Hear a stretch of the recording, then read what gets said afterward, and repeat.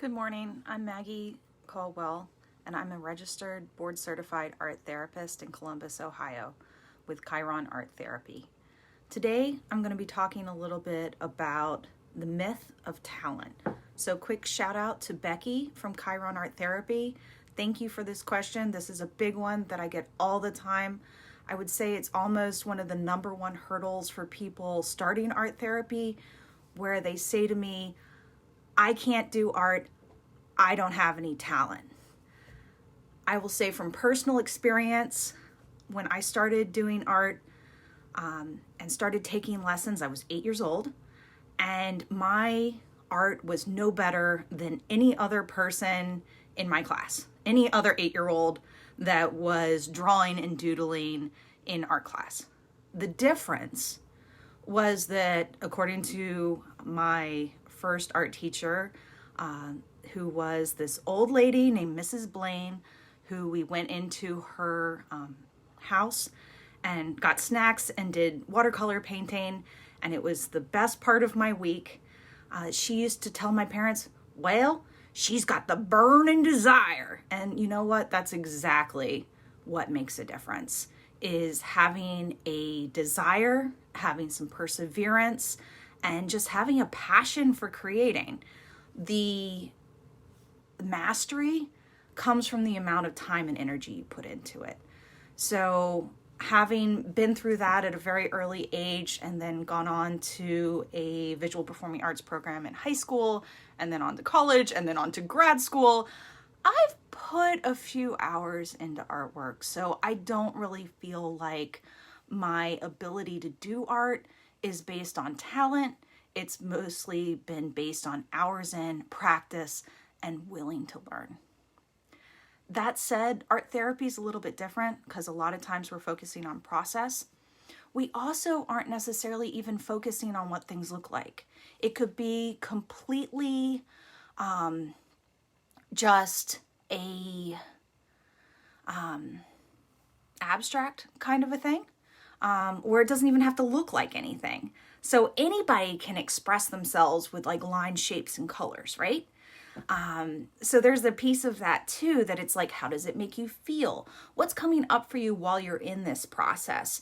There's a whole bunch of those pieces that are related to art making and to the more therapeutic side of things that isn't related to putting something on a gallery. Now, I would say for myself, I do a lot of artwork that never sees the light of day. It's for me. It's very personal. It's a conversation with my soul. Sometimes I am doing this from a place of curiosity where I'm just like, I wonder what feels right today. What is this knot in my chest that I need to kind of detangle little bits by little bits? Or maybe there's a part of me that I've been kind of like pushing down all day, and it needs a safe space to be able to bubble up, be expressed, find my voice again, or just have some self-care and have a little bit of downtime. And that doesn't mean that I'm making that art as a way to, for it to have value in the market or be able to attract collectors or something that would ever go into a gallery or be pretty or aesthetic. A lot of artwork isn't aesthetic, and that's not necessarily what it's about at this point. The other half of it that I think is really worth talking about is grit.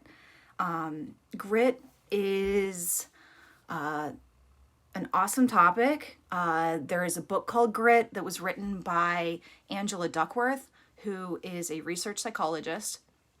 And what she found was based on this myth of people having innate talent, and that's what creates creatives and artists, and that's what, is success. What she actually found was an innate proclivity is a great place to start. But the people that wind up being successful, it's based on passion and perseverance.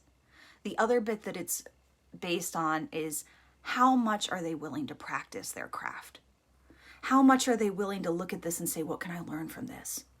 Okay, this was, a really good experience. I feel like I'm progressing. how can I push it a little bit further next time? So it comes from a place of not beating themselves down, but this place of creating internal strength so that they are able to keep on getting better and keep on pushing. And it's a joy to be able to continue that process. And that's the joy of the beginner's mind, right? The is saying, I don't have to be good at this for it to be fun. Or I don't have to be good at this to enjoy it. There's plenty of things that I do in a place of mediocrity, that it's fun. And I'm not worried about being the best at something. One of the things I tell everybody in my art therapy groups is that basically I have 2 rules. One, you can't do it wrong. I give really open-ended instructions for people as a starting point, as a guideline. But the important thing is to be able to have an idea of where do you want to take it after that. If you have an idea, just go for it. There's no grade. There's no fill in the blank. Life doesn't have a fill in the blank, right? So that's a piece of it. And the other piece is be kind to yourself.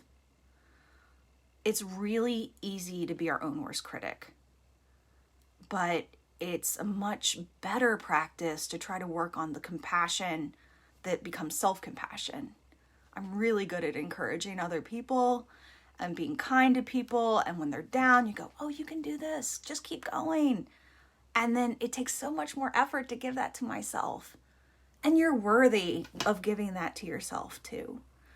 So I ask people in my groups to, when they talk about themselves or their artwork or their art ability, just practice some self-compassion, because that's a practice that will go so much further in life than any critique.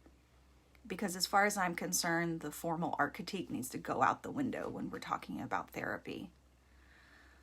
Kids have an innate sense of being expressive and creative. That's part of their learning process. It's part of them becoming good at manipulating objects, of being able to see things, being able to express their emotions. And they do all of these practices naturally. And I have found that for the most part, every person that I've talked to that says, no, I don't want to do art therapy. I don't do art. I'm no good at art. I can't. That the hurdle I get past with them is that at some point in their life, they had a person in their lives, an art teacher, a family member, somebody that said, you're bad at this, stop. And they did. And the amazing thing is, just about all of those people can name how old they were and who that person was. For all the people that we forget in their lives, they know who that person was. And it breaks my heart, because we really I feel like adults need to do better than that. We need to encourage kids and let them play and let them explore without the criticism. Life is hard enough without criticism. So that with those people, what I'm getting past first is the expectation of that I have to be talented. You're either good at it or you're not.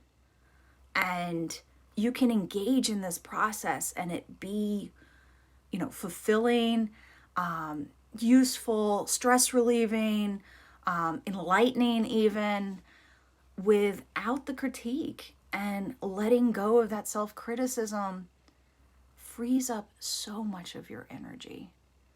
So again, thanks for this question. If you have other questions, I'd love to add more videos.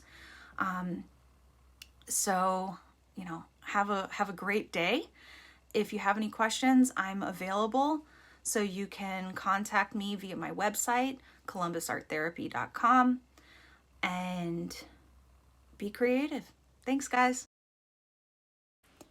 Hi, everybody. Thanks for watching my video. You can find me on social media at Instagram or Facebook at Chiron Art Therapy, or you can check out more on my website at columbusarttherapy.com. Thanks.